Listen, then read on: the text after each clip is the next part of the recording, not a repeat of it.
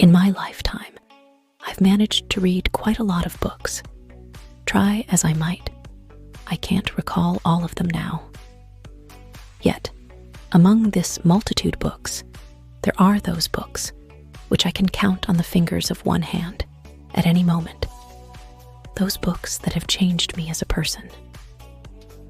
The latest of such books, I'd like to believe it wasn't the last book that awakened new facets of worldview, was the autobiographical book Will by the American film actor Willard Christopher Smith Jr., co-authored by Mark Manson.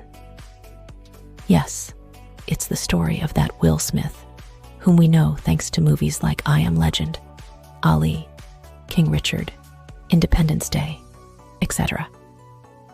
The first thing I'd like to point out in this book is the cosmic, unprecedented level of candor from the authors. I've yet to encounter such a book where the process of forming one's own personality is illuminated to the public so detailedly and deeply. Usually, in similar publications, the authors illustrate their path, focusing only on the positive things they manage to achieve. Very rarely do they mention the obstacles that had to be overcome along the way. As for mistakes, nobody ever mentions them. The book Will is entirely different. In it, the actor known to millions appears as an absolutely unusual personality, such a Will as he was not imagined. The book is written so candidly that it's scary. Not many people in this world are ready to speak openly and candidly about their problematic moments of spiritual search, such as childhood traumas or personal experience working with psychoanalysts. I think this book was written with a tremendous desire to help others, to share one's own experience, to make living through mistakes by others less destructive. I'm not the only one impressed by this book. I come across similar reviews more and more often. For instance, the famed Oprah Winfrey wrote, "This is the best memoir I've ever read."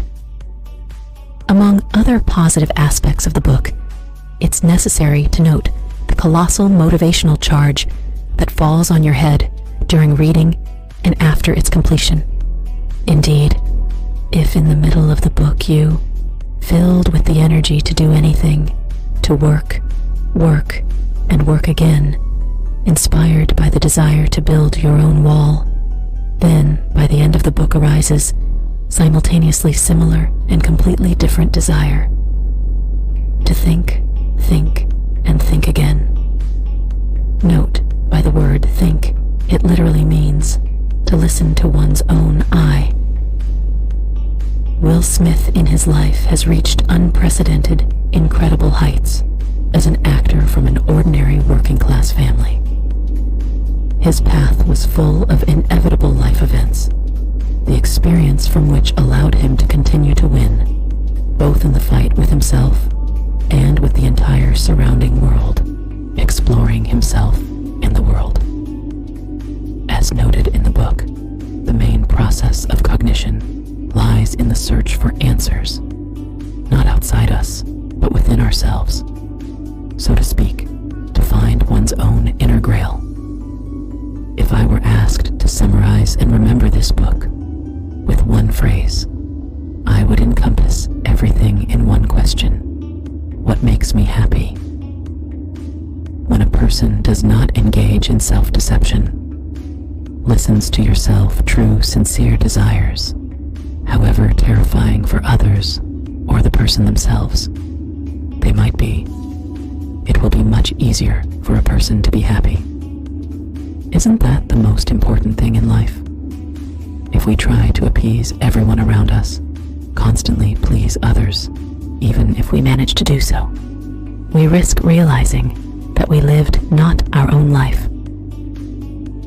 Another profound thought of the book, which I cannot fail to mention, is Will's revelation. Feelings are much more valuable than any material goods. All these deep insights, combined with a magically interesting plot, a list of outstanding books, that awakened new facets of Will's worldview. The first among which is my favorite, The Alchemist, by Paulo Coelho.